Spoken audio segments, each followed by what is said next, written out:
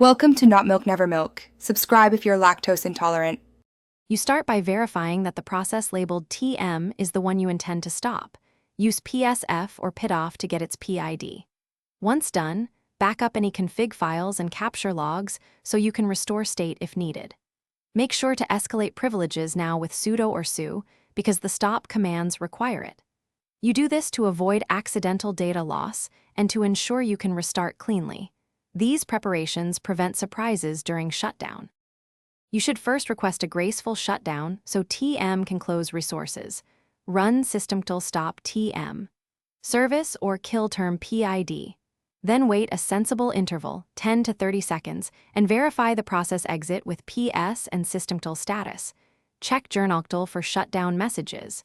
If it ignores term, send sigint next to prompt interruption. Only escalate to sigcl when safe, because that force stops without cleanup. This sequence minimizes corruption while ensuring the service stops reliably. You finish by confirming no residual processes or open ports remain. Use PS, SS, or elseoff to find leftovers, and then clear or restart dependent services as required. Make sure to disable automatic restart in the service manager if you intend the stop to be permanent. If the TM load persists, examine journoctl and dmesc for errors, look for file locks or kernel-level issues, and consider a safe reboot. Troubleshooting tip.